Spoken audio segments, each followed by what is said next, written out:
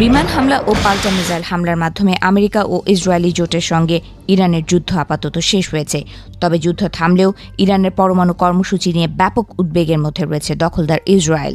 কারণ তীব্র বিমান হামলার পরেও ইরানের হাতে থাকা 480 কেজি সমৃদ্ধ ইউরেনিয়াম এখনও অক্ষত রয়েছে। এ পরিস্থিতিতে ইরান পরমাণু অস্ত্র তৈরি করে ফেললে তা নিজেদের অস্তিত্বের জন্য বড় হুমকি হিসেবে দেখছে ইসরায়েল। ইরানের পরমাণু কর্মসূচিকে পুরোপুরি নিষ্ক্রিয় করতে না পারলে সাম্প্রতিক সামরিক অভিযানকে একটি বিশাল ব্যর্থতা হিসেবে গণ্য করা হবে বলে মন্তব্য করেছেন ইসরায়েলের একজন ঊর্ধ্বতন সামরিক কর্মকর্তা। বর্তমানে আমেরিকা ও ইরানের মধ্যে চলমান কূটনৈতিক আলোচনার মাধ্যমে যদি ইউরেনিয়াম মজুদ সরিয়ে নেওয়ার কোনো কার্যকর চুক্তি না হয়, তবে 40 দিনের যুদ্ধের যাবতীয় অর্জন বৃথা যাবে বলে মনে করছেন ওই ইসরায়েলি কর্মকর্তা।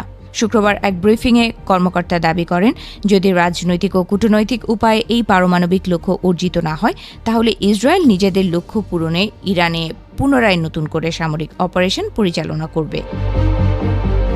যদিও ইসরায়েলি সেনাবাহিনীর প্রধান লেফটেন্যান্ট জেনারেল ইয়াল জামির দাবি করেছেন, ইসরায়েলের রাজনৈতিক নেতৃত্বের দেয়া প্রতিটি লক্ষ্যমাত্রা সফলভাবে পূরণ করেছেন।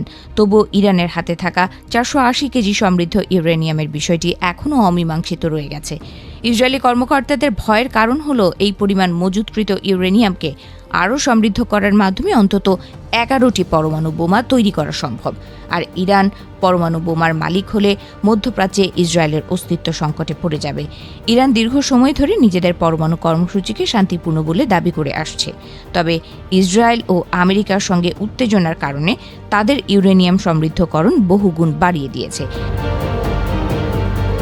এদিকে ইরানের পরমাণু কর্মসূচির পাশাপাশি দক্ষিণ লেবানন সীমান্তে হিজবুল্লাহর পক্ষ থেকে আসা নতুন ধরনের ড্রোন হামলা ইসরায়েলি বাহিনীর জন্য এক বড় ধরনের উদ্বেগের কারণ হয়ে দাঁড়িয়েছে। বর্তমানে ফাইবার অপটিক কেবল চালিত ড্রোন ব্যবহার করে হামলা চালাচ্ছে হিজবুল্লাহ। এসব ড্রোনকে কোনো প্রকার ইলেকট্রনিক জ্যামিংয়ের মাধ্যমে ঠেকানো সম্ভব নয়।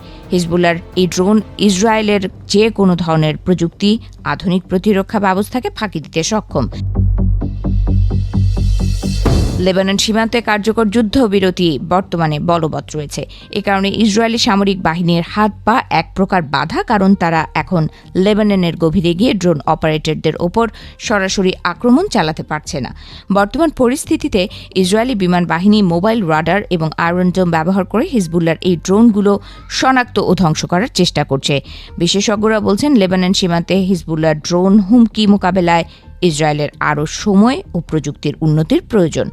এই পরিস্থিতিতে ইরানের ইউরেনিয়াম মজুদ অপসারণ এবং হিজবুল্লাহর এই নতুন ড্রোন প্রযুক্তির মোকাবেলা করাই এখন ইসরায়েলি সামরিক বাহিনীর জন্য সবচাইতে বড় চ্যালেঞ্জ হিসেবে দেখা দিয়েছে।